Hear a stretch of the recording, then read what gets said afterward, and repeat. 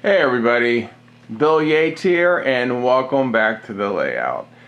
Well, it's been a long time since I've done a video, and the reason being it's been so long I just really haven't had anything to talk about. I still have all my trains, I still love the hobby just as much as ever, but I just haven't purchased anything new, so I haven't made any videos. But anyways, at least every 3 months I make sure I pull every engine off the shelf and run everything and test everything, make sure everything's good and everything was working perfectly except for this Genset right here.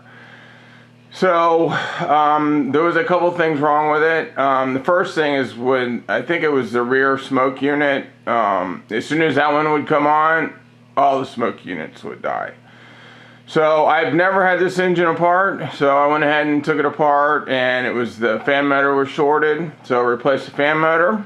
And since it's the first time I've ever had this thing apart, I went ahead and pulled all the smoke units apart and did a maintenance on all the smoke units. So this thing is operating as good as it ever has. Better than day one, probably.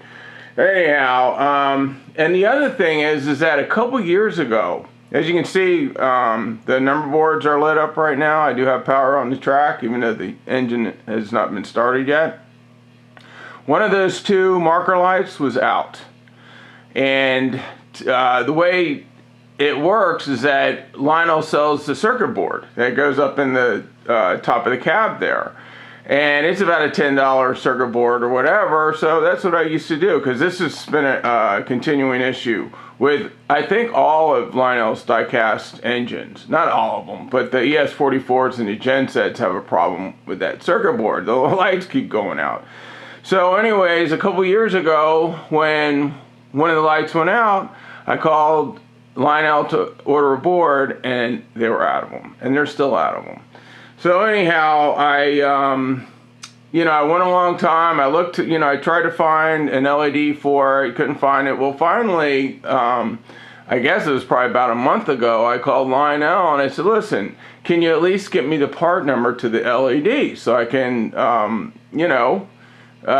get my engine working right again? And so anyways, he said, well, we think we might have an LED that will work for you. Well, here it is.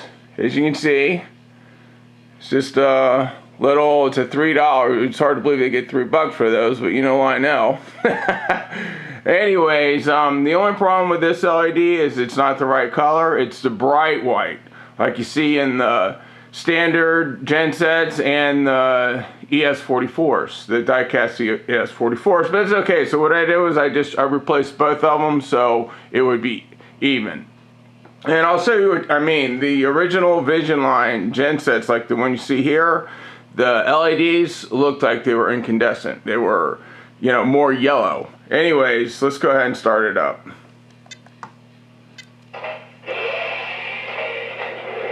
As you can probably see, I don't know if you can tell by the camera, but, and of course it's in Rule 17 right now, so they just dimmed on us. But let me go ahead and put it in motion, and you also notice the ditch lights are also the yellow color.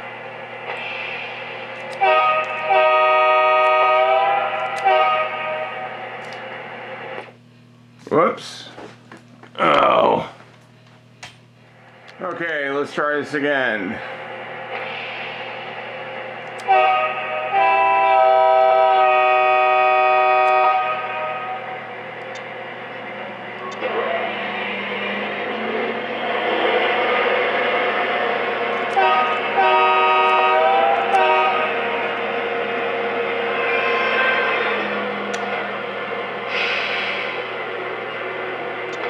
Tower 2701 here. All done for the day. Time to go to beans out.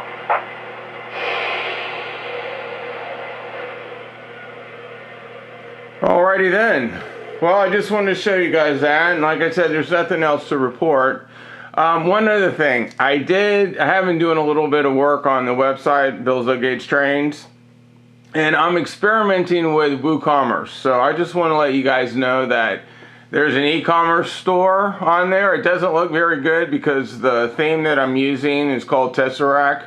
It doesn't work very well with WooCommerce.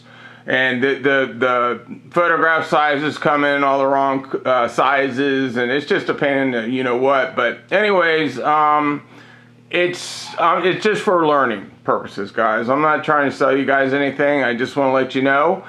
But as long as we're at it, I did buy a new laptop. It's got a lot more memory than my last computer.